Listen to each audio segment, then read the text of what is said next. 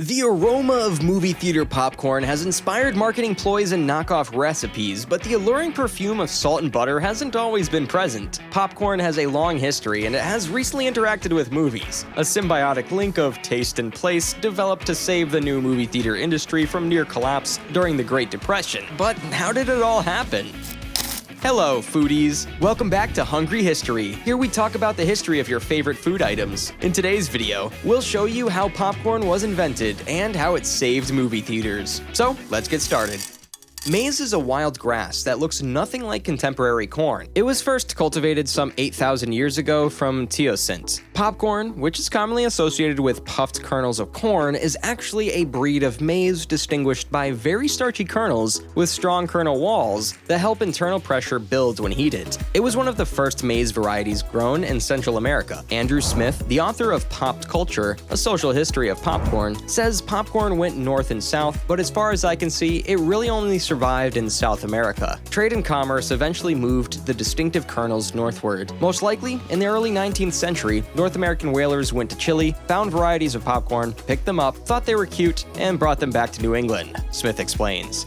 Popcorn spread quickly after it arrived in the eastern section of North America. Eaters considered the act of popping corn to be extremely entertaining, and by 1848, popcorn, the snack meal, had become popular enough to be included in the Dictionary of Americanisms. Popcorn had literally erupted onto the scene and was widely available, particularly at entertainment venues such as circuses and fairs. In fact, there was only one place where the food was not available: the theaters. One factor for popcorn's growing popularity was its portability. Charles Creators built the first steam-powered popcorn machine in 1885. Because of its movable nature, the machine was ideal for serving consumers at outdoor athletic events, circuses, and fairs. Not only was popcorn portable, but it could also be mass-produced without the use of a kitchen, something another crunchy snack, the potato chip, lacked. The first potato chips were prepared in small batches in kitchens, which was not ideal for mass snack appeal. Another factor that contributed to its domination over other foods was its attractive aroma when it popped, which street vendors exploited when selling popcorn. Nonetheless, movie theaters refused to let the famous street snack into their auditoriums. Andrew Smith says, "Movie theaters didn't want anything to do with popcorn because they were attempting to replicate what was done in real theaters. They have lovely carpets and rugs and didn't want popcorn pounded into them. Movie theaters wanted to cater to more rich audience members and didn't want to deal with the distracting rubbish of concessions or the distracting noise that nibbling during a movie would produce." Since literacy was no longer required to see films after sound was added in 1927, the movie theater industry opened itself up to a far wider audience. By 1930, weekly attendance at cinema theaters had reached 90 million. Such vast patronage generated more economic opportunities, especially when sound films muted refreshments. But movie theater owners were still unwilling to allow snacks inside their theaters. Both movies and popcorn benefited greatly during the Great Depression, though. Audiences rushed to the movies in search of an inexpensive diversion. At 5 to 10 cents a bag, popcorn was a luxury that most people could afford. Popcorn kernels were a low-cost investment for purveyors, with a $10 bag lasting for years. If people inside the movies couldn't see the financial appeal of popcorn, enterprising street vendors didn't skip a beat. They purchased their own popping machines and offered popcorn to moviegoers outside the theaters before they entered. According to Smith, early movie theaters literally had banners placed outside their coat rooms asking guests to check their popcorn with their coats. Popcorn, it appears, was the first secret cinema snack. Aside from the desire to keep up appearances, early movie theaters were not designed to accommodate the earliest popcorn machines. The cinemas lacked sufficient ventilation. However, as more patrons arrived at the theater with popcorn in hand, the owners couldn't ignore the financial benefits of selling the snack. So, for a daily charge, they leased lobby privileges to vendors, allowing them to sell popcorn in the lobby of their theater. Vendors didn't mind the arrangement because selling popcorn outside the cinema expanded their economic opportunities because they could sell to both moviegoers and persons on the street. Movie theater owners eventually understood that by eliminating the middleman, their revenues would rise. The switch to selling snacks helped many theaters avoid bankruptcy during the Great Depression. The cinema theater industry began to decline in the mid-1930s. However, those that began serving popcorn and other snacks survived, Smith explained. Considering a Dallas movie theater group that put popcorn machines in 80 cinemas but refused to install machines in their 5 best locations, which they deemed too upscale to sell popcorn. In 2 years, the theaters with popcorn saw their revenues skyrocket, while the 5 theaters without popcorn saw their profits plummet. Movie theater owners eventually realized that concessions were their route to bigger revenues, and they established concession stands in their theaters. World War II reinforced the relationship between popcorn and movie theaters. As traditional sugar exporters like the Philippines were shut off from the United States, competing treats like candy and soda suffered from sugar shortages and, as a result, rationing. By 1945, popcorn and movies were closely linked. More than half of all popcorn consumed in America was devoured in movie theaters. Theaters began to push concessions marketing harder, introducing spots that ran before movies, enticing people to check out the food in the lobby. "Let's all go to the lobby," a 40-second advertisement that aired in 1957 is perhaps the most renowned of them. Due to its cultural and historical significance, the advertisement was chosen for preservation in the United States National Film Registry by the Library of Congress in 2000. Despite their marketing efforts, movie theater popcorn sales continued to decline into the 1960s. The culprit was a new technology, television, which reduced the need to see movies. Smith adds, "The popcorn industry sags in the 1950s as Americans begin to watch more television and go to movie theaters less and less. Popcorn was not extensively consumed in homes, owing to the difficulty of making it. Consumers required a popper, oil, butter, salt, and other items to recreate their favorite movie theater snack at home. To alleviate this strain, one commercial product, Easy Pop, claimed itself as an all-in-one popcorn maker. Simply slide the container over a heat source and the popcorn pops, fully seasoned." Following Easy Pop was Jiffy Pop, a well-known at-home popcorn product that followed the same all-in-one principle. Commercial popcorn products gained a stronghold in the home by making popcorn an easy-to-make snack. In the 1970s, microwave ovens became more prevalent in households, causing another boom for popcorn. Today, families may have popcorn in minutes by merely pressing a button. Traditional connotations of popcorn with movies or popcorn and entertainment continued as popcorn re-entered the home. Normandy, a German electronics business, even advertised its microwave with popcorn. Nowadays, the popcorn industry immediately engages with our home movie nights with advertising that directly engage with famous films or movie theater kinds of microwave popcorn that market themselves as an exact imitation of the beloved theater snack. However, the association between popcorn and the movies has transformed more than just the fragrance of a theater lobby or at-home movie night. It has changed the popcorn industry as well. Prior to the Great Depression, the majority of popcorn marketed was a white corn variety. Yellow corn was not extensively commercially farmed and was twice as expensive as the white kind. Movie theaters, on the other hand, favored yellow corn, which expanded more when pops and had a yellowish hue that resembled a coating of butter. People grew accustomed to the yellow popcorn and would refuse to buy the white type at markets, preferring the kind that looked like movie popcorn. Today, white popcorn represents 10% of commercially farmed popcorn, while yellow popcorn accounts for the majority of the remaining commercial market. Popcorn is as economically vital to current movie theaters as it is to traditional movie theaters. Customers sometimes complain about the high prices of movie concessions, but there is an economic reason for this. Popcorn, which is inexpensive to produce and easy to mark up, is the primary profit generator for movie theaters. Concession sales provide an estimated 85% profit for movie theaters, accounting for 46% of total revenues. So, sort of, the history of popcorn and movies was written in stone. Luxury theaters have begun to spring up across the country in recent years, revamping the popcorn snack paradigm. These theaters take an old-school approach to the movies, attempting to replicate the feeling of going to a live presentation. Even as demand for luxury theaters grows, popcorn will never be phased out.